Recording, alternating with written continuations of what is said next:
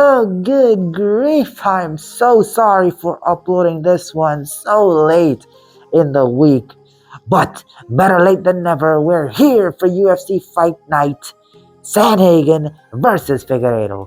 Now let's get straight into the picks and predictions. Starting off with the flyweight women's division, we have Juliana Miller set to face off against Ivana Petrovic. And I believe Ivana dog walks her in this one. Juliana Miller has proven time and time again that she is not UFC level. And I think she gets exposed in this one, loses yet another fight, and gets cut from the UFC. Now on to them big boys, them heavyweights. We got Montel May set to face off against Thomas Petersen. I favor Thomas Petersen in this one, but I highly recommend you stay away from it in terms of betting. Montel Mays has it in to get an upset. Thomas Petersen, he got finished by Shamil Gaziev in his last fight in the very first round. Montel Mays, he makes fights close. Even fights that you can predict him to get dog walks, he can make it close. Look at what happened with Rodrigo Nascimento. I thought he was gonna run through Montel Mays, but that was not the case. Montel Mays made it a razor close fight, which he lost, but he made it really close. Thomas Petersen has not proven to be an excellent heavyweight. He's about mid. Montel Mays is also mid, so I see it as a fairly evenly matched kind of fight. Stay away from it in terms of betting. Moving on to the bantamweights, we have Gaston Bolaños set to face off against Quang. This is my very first bet of the card, where I have Gaston Bolaños to get the job done. Quang, he's very durable. I see him sticking around, but I see him getting outstruck. Gaston, he may not be the best finisher, but his striking is higher level in my opinion. Moving on to the strawweights, we have Marina Rodriguez set to face off against Gillian Robertson, and a lot of people favor Gillian Robertson, even the odds makers, but I don't. I see great value in Marina Rodriguez. She is a phenomenal striker compared to Gillian Robertson, and if she is able to stuff the takedowns, the fight's gonna be one-way traffic in Marina Rodriguez's favor. I don't think Gillian Robertson has the best takedowns, and the game plan is quite obvious. She wants to get the fight down to the ground, so Marina will pick her apart in the striking, keep a distance, and get the W in my opinion. Placing a bet on it as well. Next up, we got Azamat Bekoev set to face off against Ryan Loder, and boy, Azamat, I'm on his hype train after what he did against Zachary Reese. I think he gets the job done, but again, the odds are not there in terms of betting. Next up, we're going to Yana Santos set to face off against Miesha Tate. This one is real close. Again, stay away from this in terms of betting. Miesha Tate, she wants to wrestle. She wants to grind out a victory. And Yana Santos, she wants to keep the fight standing and pick Miesha Tate apart. I think Yana Santos gets the job done here. I think she's able to stuff the takedowns that Miesha Tate throws. I think the age is not in the favor of Miesha Tate, and I think she gets beaten by decision. On to the next one, we have Jeremy Stephens set to face off against Mason Jones. Jeremy Stephens returning to the UFC after a bare-knuckle stint where he managed to beat the living daylights out of Eddie Alvarez. Unfortunately, he's matched up against Mason Jones. The UFC is laying him up to get beat. I think Mason Jones gets the job done here, but the odds are not good, so stay away from it in terms of betting.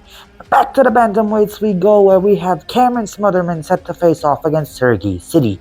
And this one is a pick'em fight, but I'm placing a bet on Cameron Smotherman to win. I really liked his performance against Jake Hadley, and as you've seen in Jake Hadley's recent PFL performance, he's a good fighter. Cameron Smotherman won that fight on short notice. The biggest worry for me is the straight right. Serhiy Sidey, he has a really nice straight right that he managed to put Ramon Tavares out in the Contender Series with it, but in the rematch, he didn't really manage to land that KO blow, and the fight was stopped prematurely. Cameron Smotherman in the Contender Series, he got caught with that straight right as well and got finished with ground and pound. If he avoids the straight right and keeps the fight technical, I think he manages to win a decision victory. placing a bet on it as well. Next up, we're going to Montel Jackson versus Daniel Marcos. And I like the side of Montel Jackson. He's a much more technical fighter. Daniel Marcos is very, very durable and has a lot of power in his hands as well. But I see Montel Jackson being able to beat him over a 3-round fight, getting the better of him in the striking. On to the welterweights, where we have yet another bet.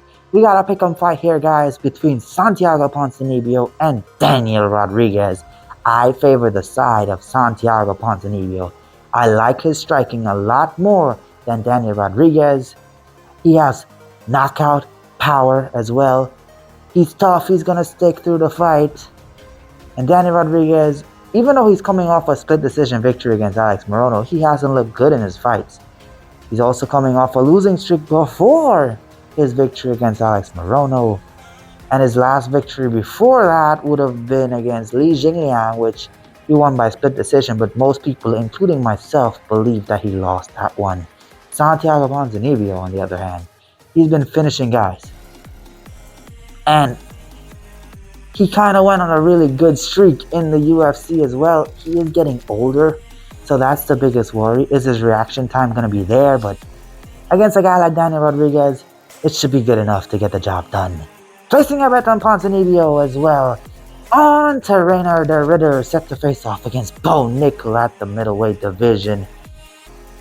I like Bo Nickal in this one, but the odds are not theirs. Bo Nickal, yes, he's a good wrestler. Yes, he's facing a good grappler, but Bo Nickal is smart enough to stay away from dangerous positions where he can get submitted. The striking is close to even, may favor the side of Reinier on this one, but Reinier is way too welcoming of taking this fight down to the ground or even being put on his back trying to work his way to a submission. I see that being the downfall of him. I see Bo Nickal getting takedowns, getting in safe positions, controlling the fight, landing some ground and pound shots, staying active enough to keep the fight on the floor, and managing to win by decision if he doesn't get the finish. He's going to be pushing for that finish. He's going to be trying to get subs. He's going to be a little bit sloppy where he can get his position turned over, but he's tough. And it's going to be really hard for the Ritter to finish a Bo Nickal. I think Bo Nickal keeps his undefeated streak here. And now on to the main event, where we have Cory Sandhagen set to face off against Deiveson Figueiredo.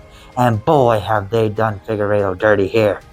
Coming off a loss against Petersen. Before that, he was on a streak of a lifetime at the bantamweight division. He could not have asked for a better start at this division, but now he's facing against the division's finest.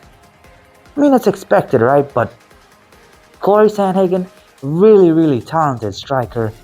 May not be the best in terms of grappling, but is fairly sound in the grappling department as well.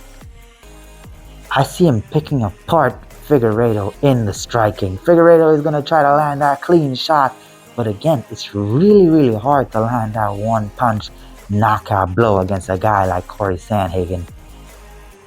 I see him picking him apart in the striking, landing more significant strikes, not being able to get the finish because Figgy is very durable. Figgy's going to start off hot.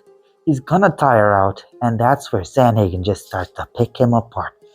If Sandhagen couldn't get finished by a guy like Song, I don't think he's going to get finished by a guy like Figgy.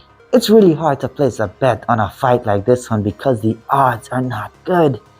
But I'm placing a parlay bet mainly because it's a main event. I've placed bets on all the main events, and that streak is going to keep going on. First leg of the bet is going to be Cory Sandhagen to land more significant strikes. Again, I see him outlanding Figueiredo. And the second leg of the bet is going to be Deiveson Figueiredo plus 5.5. My understanding of that bet is if he loses around 10-8, I still think he can squeak out at least 1 out of the 5 rounds and cash this bet. So, Figueiredo plus 5.5 and Cory Sandhagen to land more significant strikes. In the off chance that Cory Sandhagen finishes, Figgy this bet is gonna fall apart. However, if Figgy manages to finish Sandhagen, once Sandhagen outlands him in significant strikes, this bet should cash. And these have been my picks and predictions for UFC Fight Night Sandhagen versus Figueiredo. Now on to the ladder challenge, and this one, boy was it tough. But I got a 4-leg parlay to turn your $10 into $19. Or is it 20? Not so sure. It depends on when you place the bet. First leg of the bet is Ivana Petrovic to get the job done against Juliana Miller. Next up, we got Azamat Bekoev to win his fight against Ryan Loder. Next one, we're going to boxing. We have 2 boxing bets here. We got Jaime Munguia to land more punches. And then we have Inoue to land more punches. These guys in the boxing should dominate their fights and outland their opponents fairly easily. Even if they lose, they're going to be outlanding their opponents. They got some power in those hands. They're going to be getting a dub as well, but it's good enough to double your money. And that's all I have for you today. Be sure to leave a like, comment what you think about the picks and the plays down below, subscribe, follow me on TikTok, follow me on Twitter, support the channel on the Patreon. Let's try to get this ladder challenge going and turn $10 into $10,000. And I'll catch you in the next one. Until then, game time.